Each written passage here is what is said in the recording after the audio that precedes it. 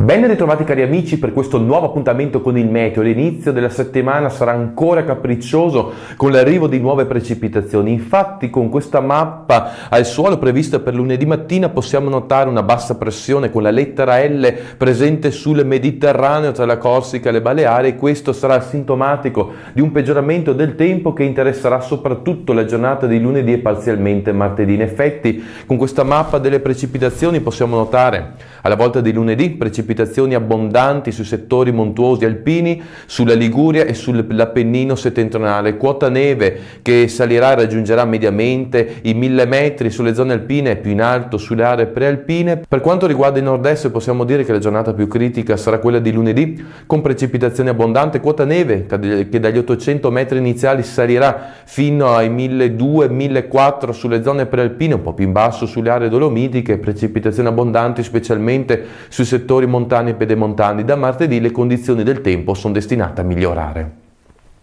Possiamo dire sostanzialmente che dopo lunedì e martedì le condizioni del tempo potrebbero migliorare, le correnti si disporranno in senso quasi anticiclonico, nel senso che spireranno parzialmente da ovest, quindi ci saranno dei passaggi di nubi alte, ma tutto sommato il tempo si manterrà tranquillo con buona probabilità fino a sabato compreso, con un rialzo delle temperature in quota. Con ora ho detto tutto, auguro a voi tutti una buona settimana e se avete tempo e voglia ci vediamo nel prossimo appuntamento.